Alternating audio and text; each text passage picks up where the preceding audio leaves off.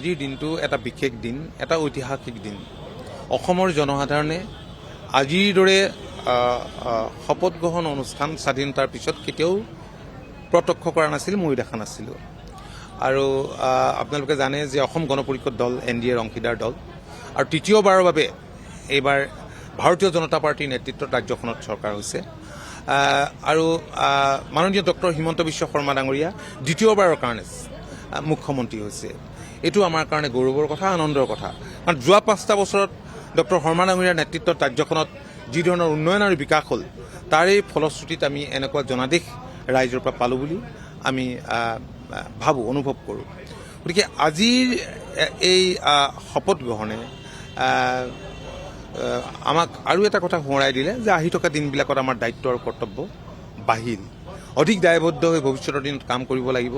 মুখ্যমন্ত্ৰীৰ সপোনেৰে আমাৰ ৰাজ্যখন দেশৰ অগ্ৰণী 5খন ৰাজ্যৰ তালিকাত অন্তৰ্ভুক্ত কৰিব লাগে। সেই সপোনক আমি সাকাৰ ৰূপ দিবলৈ আমি অপুৰুষাৰ্থ তেখেতৰ নেতৃত্বত চেষ্টা কৰিম। ৰাজ্যখনৰ যিবিলাক জ্বলন্ত সমস্যা আছে, লং পেণ্ডিং প্ৰব্লেম আছে, সেই ইছ্যুবিলাক যোৱাবাৰে মুখ্যমন্ত্ৰী শৰ্মা ডাঙৰীয়া মুখ্যমন্ত্ৰী হোৱাৰ পিছত ৰিজল্ভ কৰিবলৈ প্ৰচেষ্টা হাতত লৈছিল, যেনে বৰ্ডাৰ ইছ্যু, ঠিক তেনেকৈ সত্ৰৰ মাটি বেদখল, অসম চুক্তিৰ 6 নং দফাৰ ৰূপায়ণ আৰু বহুত মাটি বাৰী যিবিলাক মামলা আছিল, আজি মিছন বসুন্ধৰাৰ জৰিয়তে যেনেধৰণে পদক্ষেপ গ্ৰহণ কৰিলে, বহুত নতুন নতুন পদক্ষেপ গ্ৰহণ কৰিলে আৰু ৰাজ্যখনত বসবাস কৰা পিছপৰা জাতি জনগোষ্ঠীকেইটাক আগুৱাই আনি সমাজত সমতা স্থাপন কৰাৰ পৰিৱেশ ৰচনা কৰিবলৈ বহু স্কিমেই ল'লে। সমাজৰ সকলো শ্ৰেণীৰ জনসাধাৰণ যাতে উপকৃত হয়, আৰু মই ভাবোঁ যে উপকৃত হোৱাৰ কাৰণে এইবাৰ অসমৰ জনসাধাৰণে এনে জনাদেশ আমাৰ NDAক দিছে। আমি অসমৰ জনসাধাৰণকো বহুত বহুত ধন্যবাদ জনাইছোঁ।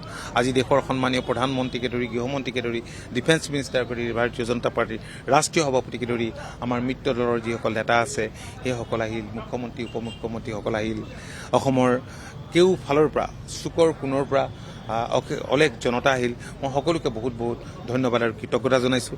ডক্টৰ হিমন্ত বিশ্ব শৰ্মা ডাঙৰীয়াক তেখেতক আমাৰ ওপৰত এনে দায়িত্ব দিয়াৰ বাবে মানে মন্ত্ৰী সভাৰ আজি মই শপত লৈছোঁ এগৰাকী তেখেতৰ মন্ত্ৰীসভাৰ সতীৰ্থ মন্ত্ৰী হিচাপে। তেখেতকো মই আন্তৰিক ধন্যবাদ আৰু কৃতজ্ঞতা জনাইছোঁ। আৰু আমি কথা দিছোঁ যে অনাগত দিনত টিম আছাম হিচাপে আমি ৰাজ্যখনক আগবঢ়াই নিবলৈ, ৰাজ্যখনৰ খিলঞ্জীয়া জনসাধাৰণৰ স্বাৰ্থ সুৰক্ষিত কৰিবলৈ, সৰ্বাংগীন বিকাশৰ বাবে আমি কেতিয়াও পিছ হুহঁকি নাথাকোঁ। আমি হাতত হাত মিলাই একেলগে আমি আগবাঢ়ি